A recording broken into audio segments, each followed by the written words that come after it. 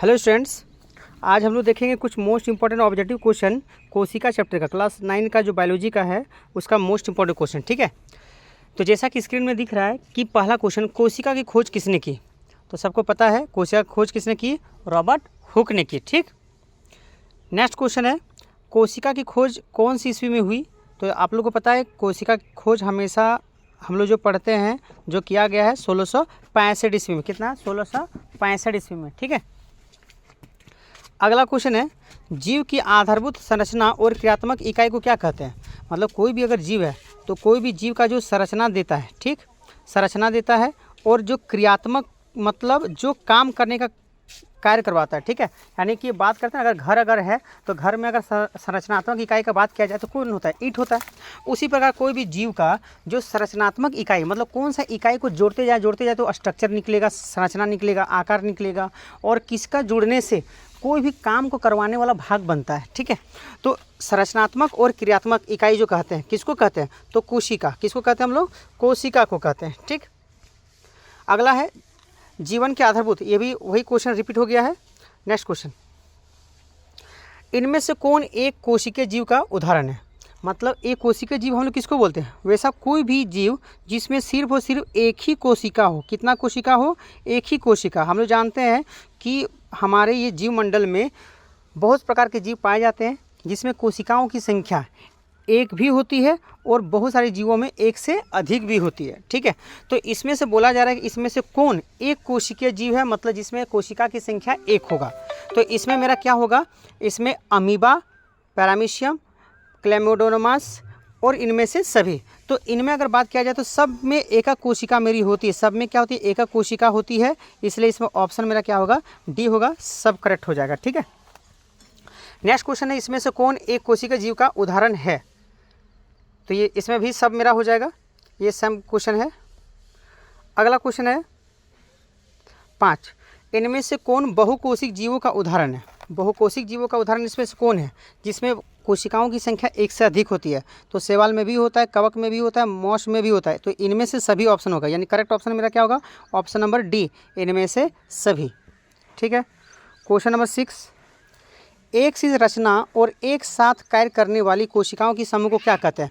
कोशिकाओं की समूह को हम लोग क्या कहते हैं, जो एक सी रचना वाली होती है और एक जैसा कार्य करती है, यानी कि एक जैसा कोशिका आपस में जुड़कर कुछ बनाती है, तो उसको हम लोग क्या बोलते हैं, उत्तक। क्या बोलते हैं उसको हम लोग, उत्तक कहते हैं। ठीक है, क्वेश्चन नंबर 7, कोशिका के केंद्रक की खोज सर्वप्रथम किसने की। तो याद रखिएगा, कोशिका जो होती है मेरे, कोशिका के एकदम सेंटर पॉइंट में क्या होता है, केंद्रक होता है। ठीक है, ये जो कोशिका का केंद्रक होता है इसमें बहुत सारे पार्ट भी होते हैं। केंद्रक के अलावा इधर मेरा क्या होता है, माइटोकॉन्ड्रिया होता है, लाइसोसोम होता है, गोल्गी उपकरण, बहुत सारी चीज़ें होती है। तो यहाँ पर बोल रहा है कि केंद्रक की खोज किसने किया। तो केंद्रक का खोज किसने किया है, रॉबर्ट ब्राउन। याद रखिएगा, रॉबर्ट ब्राउन ने केंद्रक का खोज किया था। ठीक है, 8 नंबर क्वेश्चन है, प्रत्येक कोशिका के बाहर चारों ओर एक बहुत पतली मुलायम लचीली झिल्ली होती है जिसे कहते हैं। कोई भी कोशिका अगर है बाबू, है ना, कोई भी कोशिका अगर है तो इसके बाहरी तरफ एक पतली सी कोमल मुलायम झिल्ली होती है। उस झिल्ली को हम लोग क्या कहते हैं, ये झिल्ली क्या कहलाता है, तो इसका नाम है कोशिका झिल्ली। क्या नाम है, कोशिका झिल्ली। क्या नाम है इसका, कोशिका झिल्ली नाम है। ठीक है, तो आंसर होगा कोशिका झिल्ली। ठीक, अगला क्वेश्चन है,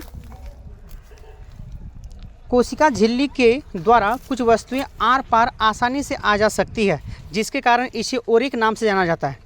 मतलब जो भी कोशिका झिल्ली है, अगर मान लो कोशिका है और उसके बाहरी जो आवरण है, कोशिका झिल्ली हम लोग कह रहे हैं, तो कोशिका झिल्ली के अंदर बार मान लीजिए बात करते हैं, CO2 अंदर आ रही है और क्या हो रही है, CO2 बाहर भी जा रही है। ठीक, जल आ रही है अंदर और जल बाहर भी जा रही है। ठीक, तो इस प्रकार आने जाने देने के कारण से, कुछ मॉलिक्यूल्स का आने जाने देने के कारण से कोशिका झिल्ली का और एक नाम हो जाता है, जिसको हम लोग कहते हैं क्या, तो उसका नाम होगा चयनात्मक परागम्य झिल्ली। क्या नाम होगा इसका, चयनात्मक परागम्य झिल्ली नाम। कोशिका झिल्ली को हम लोग क्या बोलते हैं, चयनात्मक परागम्य झिल्ली कहते हैं, क्योंकि ये कुछ सिलेक्टेड मॉलिक्यूल, कुछ मॉलिक्यूल को ही अंदर बाहर आने जाने देता है, सबको आने जाने नहीं देता, मतलब ये चयन करता है, इसलिए चयनात्मक झिल्ली कहलाता है। ठीक है, नेक्स्ट क्वेश्चन हम लोग का है, पादप कोशिकाएं चारों ओर एक मोटी और कड़े आवरण के द्वारा घिरी हुई होती है। यानी पादप कोशिका मान लो बात करते हैं तो इसका जो बाहरी आवरण है एक कड़ा परत होता है। ठीक है, क्या होता है, मेरा कड़ा सा परत होता है, उस कड़े परत को क्या बोलते हैं, पादप कोशिका में। ठीक है, पादप कोशिका में एक कड़ा सा आवरण के द्वारा कोशिका घिरी हुई होती है, उस आवरण को क्या कहते हैं, तो बाबू इसका नाम है कोशिका भित्ति, कोशिका भित्ति, ठीक है, कोशिका भित्ति। जस्ट लाइक समझ लीजिए पेड़ का जो छाल होता है ना, वो छाल को समझ लीजिए, ठीक है, वो कोशिका भित्ति की तरह क्या करता है, काम करता है, ठीक, कोशिका भित्ति। 11 नंबर क्वेश्चन है, कोशिका भित्ति का कार्य क्या है, क्या करता है कोशिका भित्ति का काम क्या है।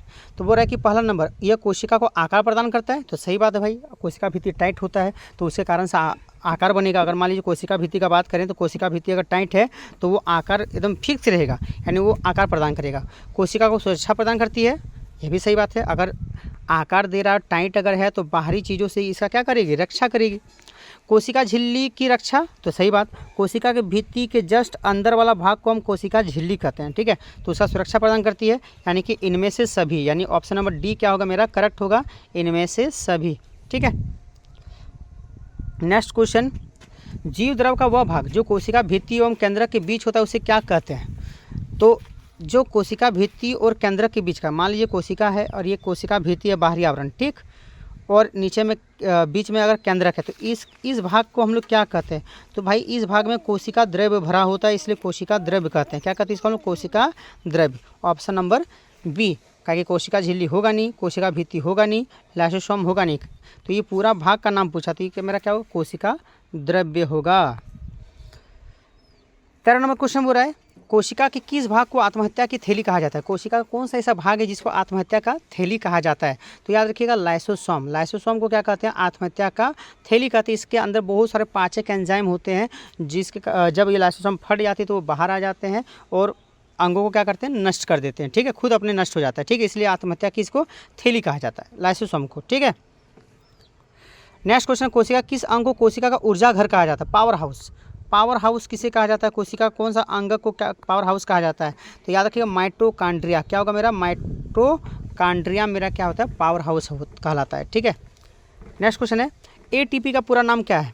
तो एटीपी, इसमें एटीपी एडेनोसिन ट्राई, टी को क्या बोलते हैं ट्राई, पी को क्या बोलते हैं फॉस्फेट, एडेनोसिन ट्राई फॉस्फेट है ना, एडेनोसिन ट्राई फॉस्फेट। तो ट्राई को हम लोग कभी कभी फंसाने के लिए 3 लिख देता है, ठीक है, 3 लिख देता है, ठीक। तो यहाँ पर ऑप्शन नंबर सी देखिए, एडेनोसिन 3 फॉस्फेट ट्राई होता है, वहाँ पर 3 लिखा हुआ है ऑप्शन के अनुसार, ठीक है, तो इसको याद रखिएगा। इनमें से कौन सिर्फ पादप कोशिका में पाया जाता है। पादप का कोशिका में क्या पाया जाता है, तो पादप कोशिका में कोशिका झिल्ली पाया जाता है, कोशिका भित्ति भी पाया जाता है। याद रखिएगा लवक नहीं पाया जाता है, ठीक है, तो इसमें आंसर क्या होगा, ऑप्शन डी, बोथ ए और बी, ठीक है। 17 नंबर क्वेश्चन, कोशिका की रसधानियाँ चारों ओर एक झिल्ली से घिरी रहती है जिसे कहते हैं। जो कोशिका की रसधानियाँ होती है, रसधानियाँ याद रखिएगा, रसधानियाँ जो घिरी होती है उस झिल्ली को क्या कहते हैं, उस झिल्ली को टोनोप्लास्ट कहते हैं। क्या कहते हैं हम लोग, टोनोप्लास्ट। 18 नंबर क्वेश्चन है, जंतु एवं पादप कोशिकाओं के कोशिका द्रव्य में अत्यंत सूक्ष्म शाखी झिल्लीदार रचना होती है। एकदम छोटे छोटे शाखा टाइप का झिल्लीदार रचना होती है जिसका घना जाल होता है, जिसे हम लोग कहते हैं, क्या कहते हैं। तो इसका याद रखिएगा अंतःप्रद्रवी जालिका, इसको क्या बोलते हैं, अंतःप्रद्रवी जालिका, एंडोप्लाज्मिक रेटिकुलम ये भी कहते हैं, ठीक है। यानी ऑप्शन यहाँ पर क्या होगा, दोनों हो जाएगा सी नंबर, ए और बी, यानी ऑप्शन सी मेरा क्या होगा, करेक्ट होगा, दोनों नाम से इसको जाना जाता है। 19 नंबर क्वेश्चन आते हैं, लाइसोसोम का कार्य क्या है। कोशिका में प्रवेश करने वाले बड़े कणों का पाचन करना, सही बात है।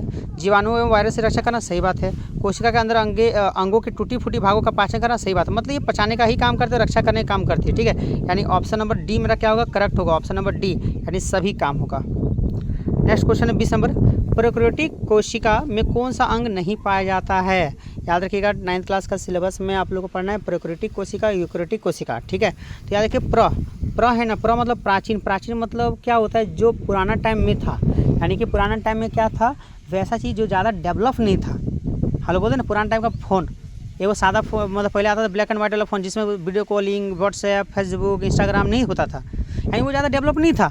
तो उसी प्रकार प्रोकैरियोटिक कोशिका में बात किया जाए तो क्या अंग नहीं पाया जाता है। तो याद रखिएगा केंद्रक नहीं पाया जाता, माइटोकॉन्ड्रिया भी नहीं पाया जाता, क्लोरोप्लास्ट भी नहीं पाया जाता, इनमें से सभी, यानी ऑप्शन क्या होगा, इनमें से सभी मेरा करेक्ट हो जाए, ठीक है। उम्मीद है आपको वीडियो ये अच्छा लगा होगा, क्योंकि इसमें मोस्ट इंपॉर्टेंट एग्जाम में आने वाला क्वेश्चन का कलेक्शन किए हैं और इंपॉर्टेंट क्वेश्चन को बताएं, ठीक है। बहुत ही जल्द आप लोग का क्लासेस का वीडियो भी अपलोड होगा, तो मेरे वीडियो को देखते रहिए, चैनल को सब्सक्राइब कर लीजिए, वीडियो को लाइक कीजिए और शेयर कीजिए, ठीक है। मिलते हैं नेक्स्ट वीडियो में, तब तक के लिए बाय।